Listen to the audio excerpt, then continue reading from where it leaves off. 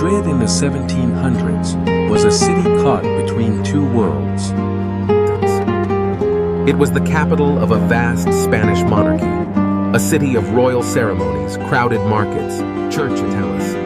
But it was also a city beginning to change. The arrival of the Bourbon dynasty in 1700 brought new ideas. In this video I use modern AI tools to bring historic paintings, engravings, and prints to life, allowing us to shift perspective, change camera angles.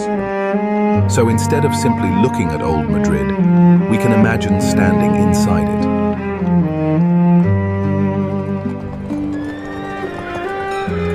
First, I want to talk about the heart of the city. This is Puerta del Sol. This is Puerta del Sol. By the early 1700s, Puerta del Sol had become one of Madrid's busiest meeting points. It was not yet the enormous open square that we recognize today. Instead, it was a crowded urban space surrounded by narrow streets, shops, inns, churches, and private houses. This view shows a busy morning in Bourbon, Madrid.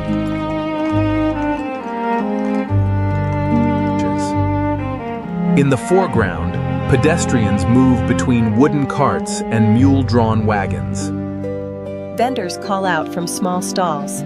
Servants carry baskets, while merchants hurry toward the nearby streets of the commercial center. The air would have been full of sound. Hooves against stone, voices from doorways, bells from churches. The air would have been full of sound. Hooves against stone, voices from doorways, bells from churches. But Madrid was not an easy city to live in. Crowded streets could become dangerous, especially at night. Lighting was limited, drainage was imperfect, and fires were always a threat. And Puerta del Sol could also become a political stage. In March 1766, the Motin connected to food prices and government reforms. Look at our starving children! This marked the opening tension of the crisis. It quickly spread through Madrid. Crowds gathered, anger rose, and the streets became the center of a crisis that forced King Charles III to act. The revolt showed something important about Madrid.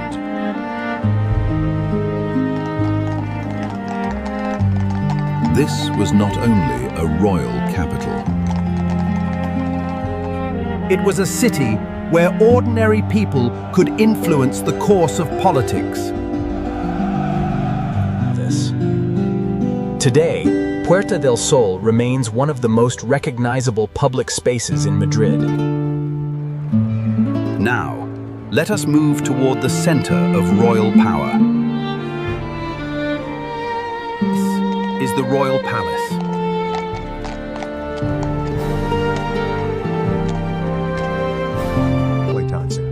By 1734, the old Royal Alcazar had stood for centuries as the principal royal residence, but on Christmas Eve of that year, a huge fire destroyed much of the old palace. The destruction created an opportunity for the Bourbon monarchy to build something entirely new. This view shows the Madrid of the late 1730s, with construction rising above the remains of the old royal complex. In the foreground, stonecutters and laborers work among blocks of granite and limestone. Behind them, scaffolding climbs toward the enormous new palace. Beyond the construction site, the old city appears dense and irregular.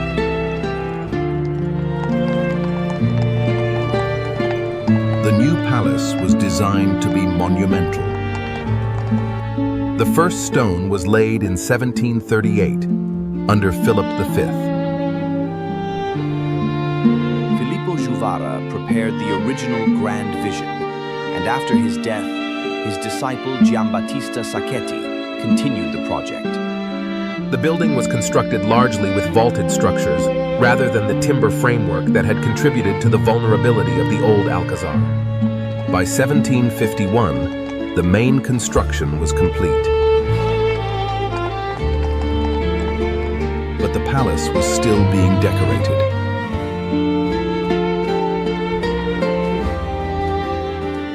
Then, in 1764, Charles III became the first monarch to occupy the new royal palace. From here, decisions could affect the entire Spanish Empire. Today, the royal palace still dominates this part of Madrid, connecting the modern capital directly with the age of the Bourbons. From royal power, we move into public spectacle.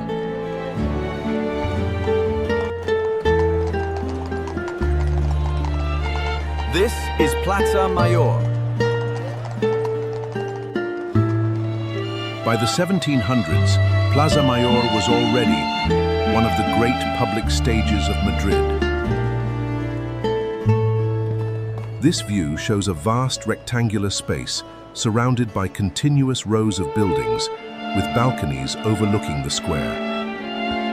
On ordinary days, merchants, travelers, laborers, and customers filled the ground level.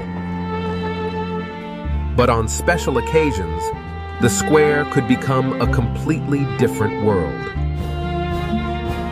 Religious ceremonies, royal celebrations, processions, public entertainments, and other spectacles could transform the entire plaza. The same architecture that created grandeur also created danger.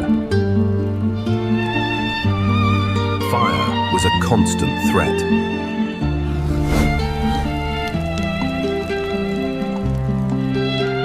And in August 1790, the worst disaster of the century struck. A fire began during the night of August 16.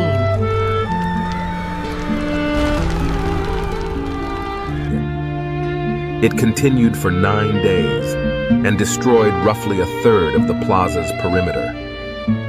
More than 1,000 men fought the flames.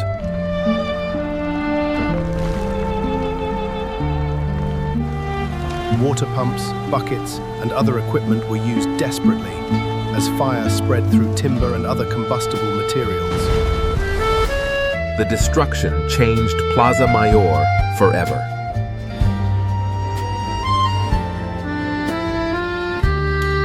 Architect Juan de Villanueva led the reconstruction, lowering the buildings and creating a more enclosed and unified appearance. Today, when you walk beneath the arcades of Plaza Mayor, you are seeing a space shaped not only by centuries of celebrations, but also by disaster. Now, let us leave the crowded center and travel east. This is the Buen Retiro.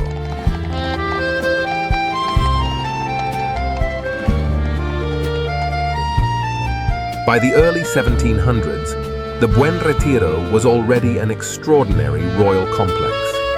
Originally created for Philip IV in the 17th century, it became especially important after the Alcazar burned in 1734. For a time, the Retiro became the practical home of the royal court while the new palace was being constructed. This view shows a world of gardens, fountains, formal avenues, palace buildings, and carefully controlled royal movement. I must say, your wit is as radiant as the afternoon sun, my lady. You are too kind, sir, but I fear the sun is setting on my time here.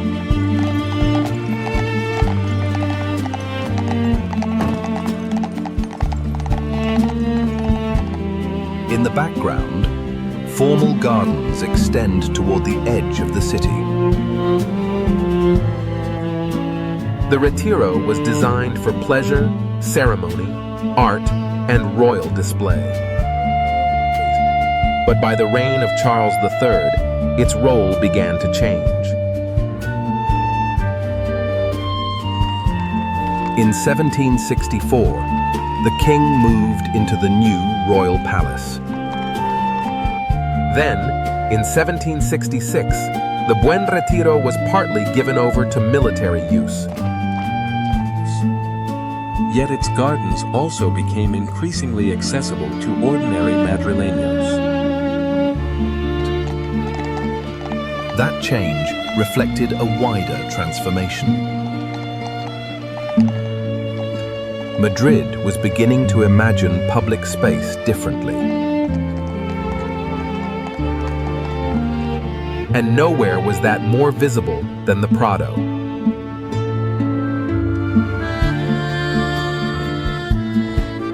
This view shows the Prado before it became the elegant boulevard we know today.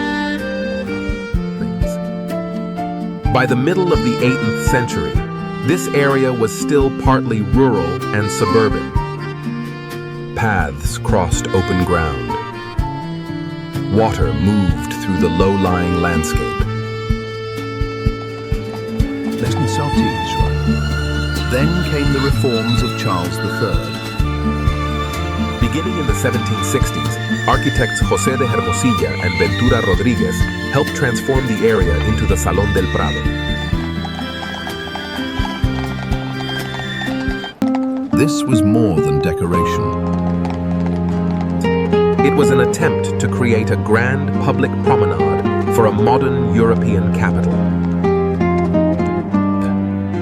Trees lined the avenues. Fountains became visual landmarks. The Cybele, Neptune, and Apollo fountains helped define the new landscape. People could stroll here, meet friends, ride in carriages, or simply watch the movement of the city.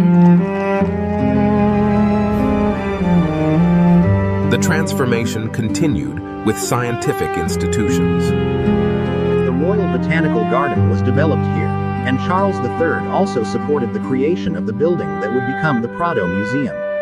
The old rural edge of Madrid was becoming a landscape of art and science.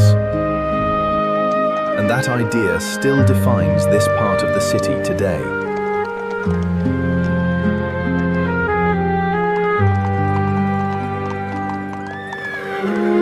Now we come to one of the great entrances to Madrid. This is the Puerta de Alcalá.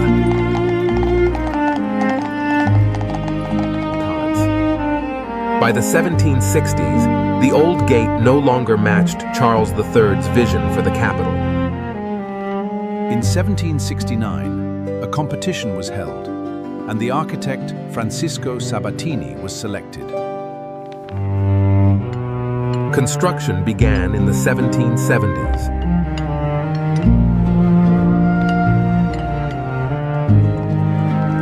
This view shows the monumental gate standing at the eastern approach to the city. In the foreground, travelers arrive on horseback and in carriages. Merchants guide animals through the road. Guards watch movement through the arches. Beyond the gate, Madrid rises behind them.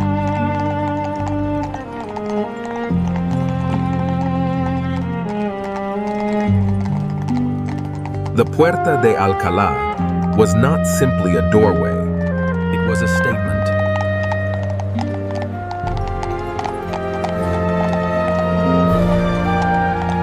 It told visitors that they were approaching a royal capital, being reshaped according to the ideals of the Enlightenment.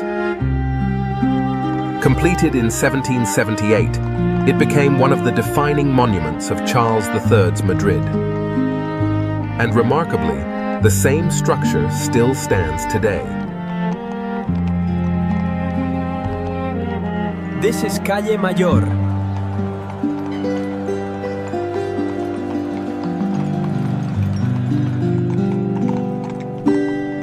Now, let us enter one of the city's most important commercial streets.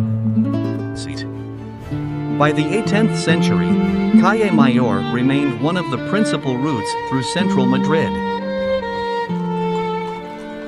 This view shows a narrower, busier street than the one we know today.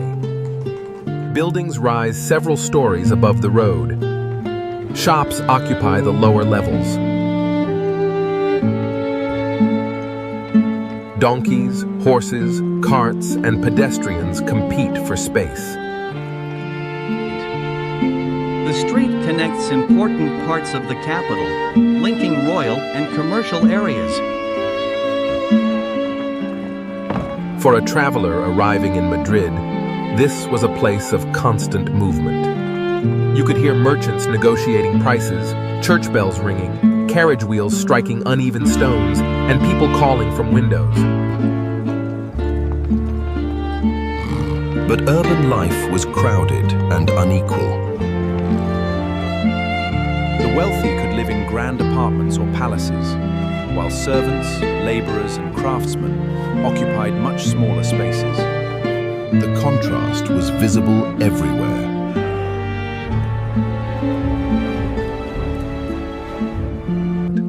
Madrid was a city of enormous royal wealth, but also of poverty and rising living costs. Those tensions would become increasingly important as the century progressed.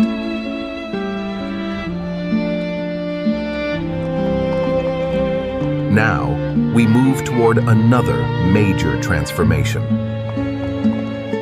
This is the Real Jardín Botánico.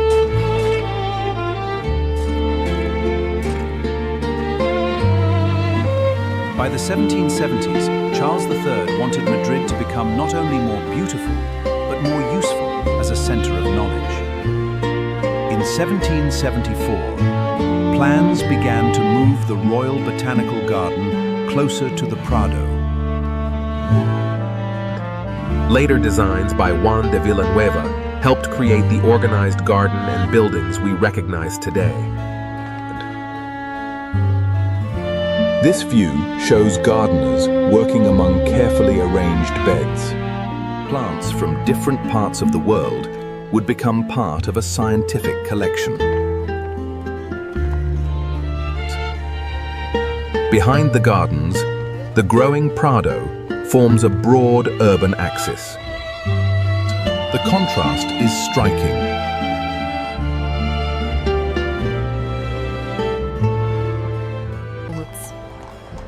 Madrid was still a city of churches, palaces, and royal ceremony, but this was the Enlightenment, made visible in stone, water, plants, and architecture.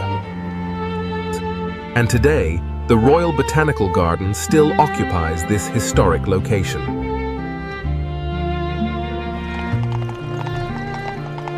Finally, let us look beyond the monuments.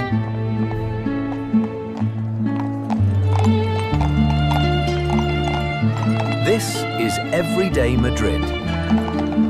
By the late 1700s, the city was expanding, and its population and activity were placing pressure on its streets and resources. Imagine an ordinary evening.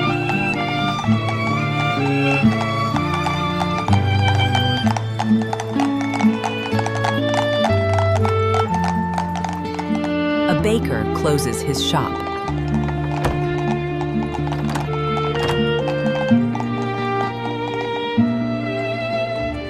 A coach passes through a narrow street. Children move between doorways.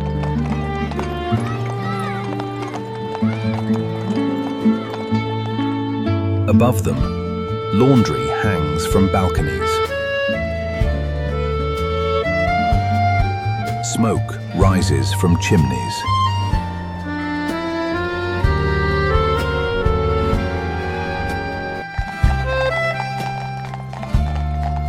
Some streets are elegant. Others are cramped and poorly maintained.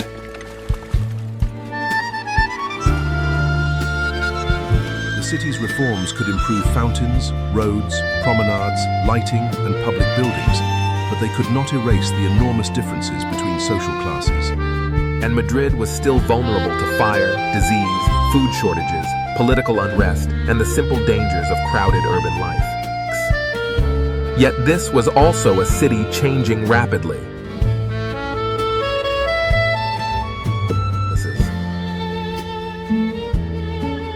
Yet this was also a city changing rapidly. Charles III had transformed Madrid through ambitious reforms. The Royal Palace replaced the burned Alcazar.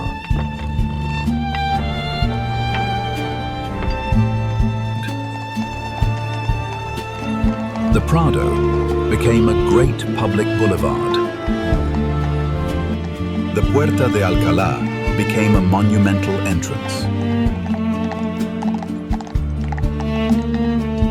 And new institutions connected the capital to the intellectual world of 18th century Europe. Then, as the century came to an end, Madrid stood on the edge of another turbulent period. The old order was beginning to weaken. The 19th century would bring war, occupation, political upheaval, demolition, and enormous urban change. Much of the Madrid we imagine today would emerge from those later transformations. But underneath it all is still the city of the 1700s. The narrow streets.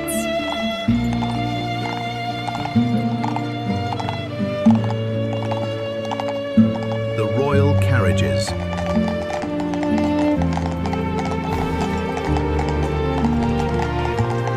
The church bells.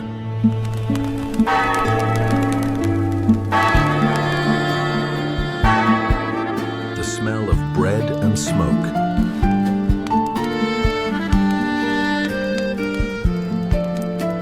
The sound of hooves on stone.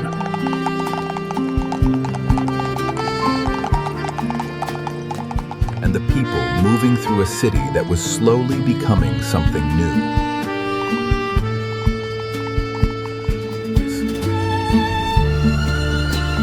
That is what makes AI reconstruction so fascinating.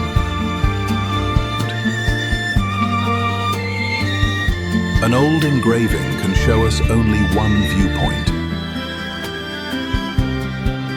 A painting can freeze one moment. But by carefully reconstructing these historical spaces, we can imagine moving through them. We can look behind the buildings.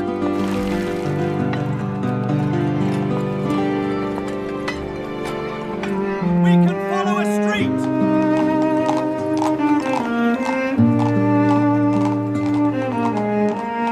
We can turn toward the crowd.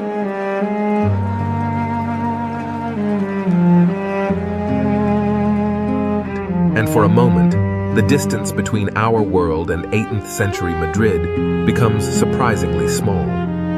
The buildings may have changed.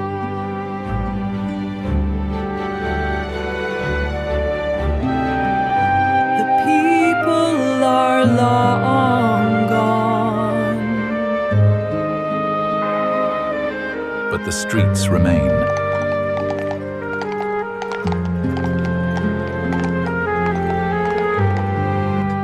And when we look closely, Madrid in the 1700s no longer feels like a distant picture from history. It feels like a place that was once alive.